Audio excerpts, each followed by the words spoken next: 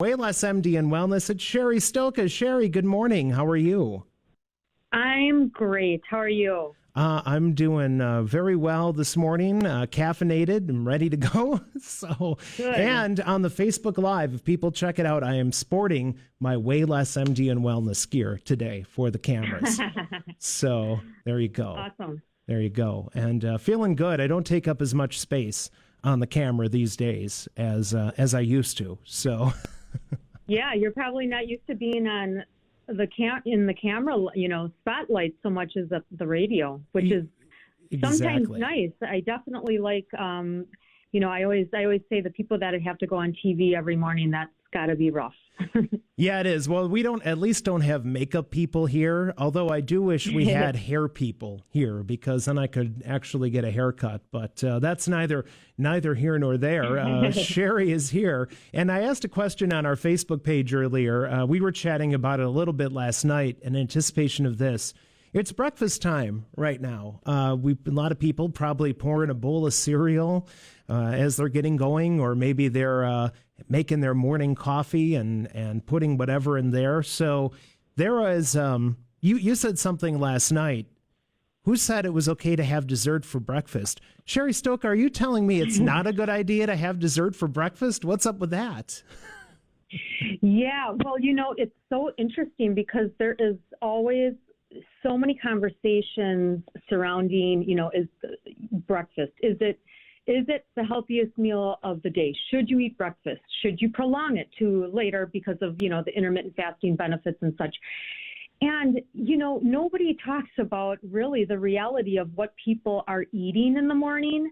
And we kind of just put breakfast in this bucket of like a healthy meal when in reality, breakfast has turned into a very unhealthy, high sugar, high carb dessert. Yeah. And so I was like, it would be I think it would be a good time to really maybe talk about that a little more to see.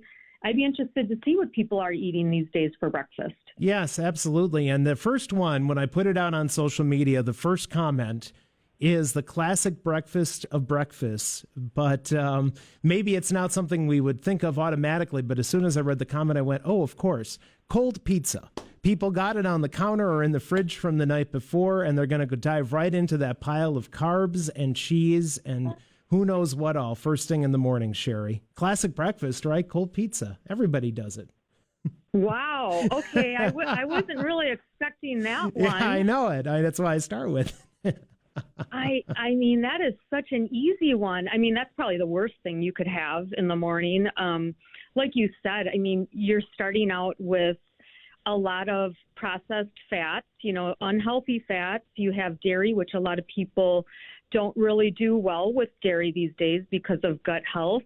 And then you have gluten and wheat and all sorts of other things that are included in the bread of the pizza. So that's essentially going to start you off, not only not feeling well, but you're more likely to have more cravings throughout the day when you eat unhealthy like that.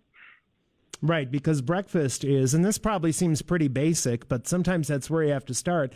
You're laying the foundation for the rest of the day, not only with what you're going to eat, but how you're going to feel. And I think a lot of times, you mentioned the carbs and the fat content, the unhealthy fat content, whether you're going to go for the breakfast sandwich, if it's sausage and egg and cheese or bacon and egg and cheese, whatever it is, you're not really, with a lot of traditional breakfast foods, laying that healthy foundation that you need for later on.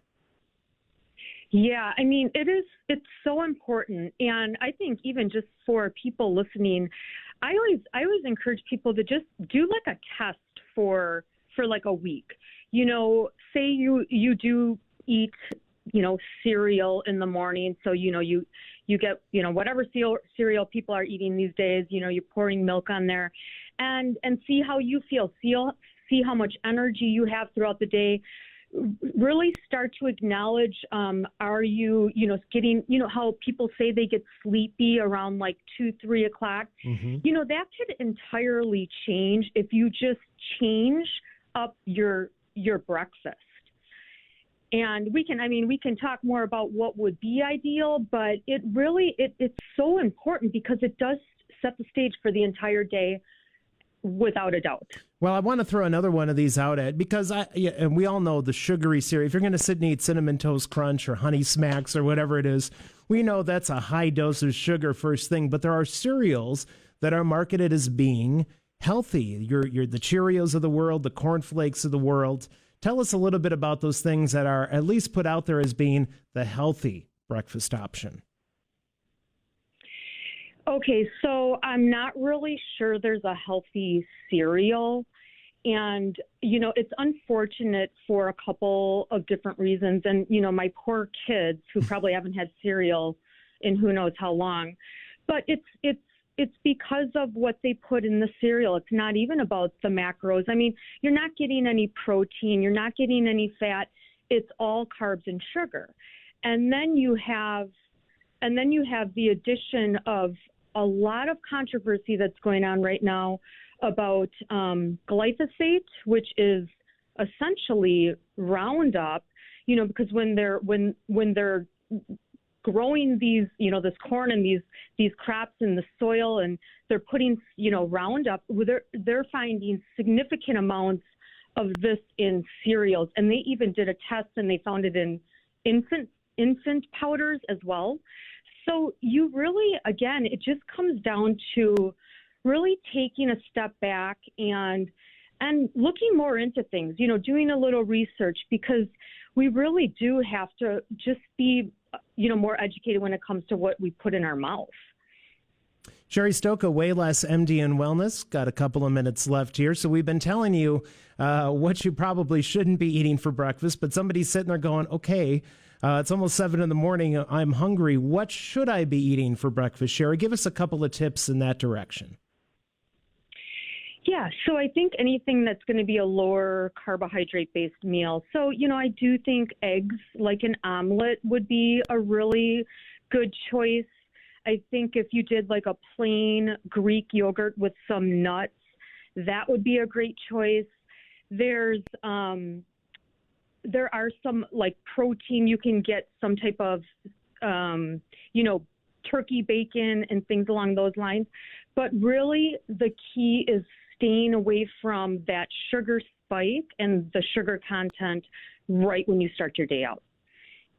And especially the sugar spike that you drink, we don't want to forget about the coffee. I drink black coffee, but people think I'm insane. And I think they're insane for the amounts of sugar and everything else that they put in their morning coffee. Got to watch those calories you drink first thing in the morning, too. Oh, yeah, that is so true. And one thing that would be really just for one simple thing that people can do every morning before you do anything is to drink 8 ounces of clean water with squeezed lemon. Like, it starts the digestion process. It gets you hydrated. It literally, you notice these differences with little tips like that. Cheri Stoka, Way Less MD and Wellness. If you're watching on the stream, there it is, the logo right there, right next to my heart. I've lost over 100 pounds. I've been keeping it off. I'm excited to keep going on this, and I feel great. That's the important thing. Now, Cheri, people want to get more information. I've been getting a lot of inquiries right now. People are wondering how they can keep the quarantine 15 off. What's the best way to get a hold of you? Yes, so you can definitely call us. We're at 262-226. 2046. You can go to our website, add your contact information. We can connect with you there, and just check out we have our new and improved website ready and up. So you can check that out as well at waylessmd.com. Very good, Cheri Stoka. Appreciate it. We will talk to you next Wednesday morning. All right. Thanks, Pete. Very good. It's Wake Up Kenosha, AM 1050 WLIP.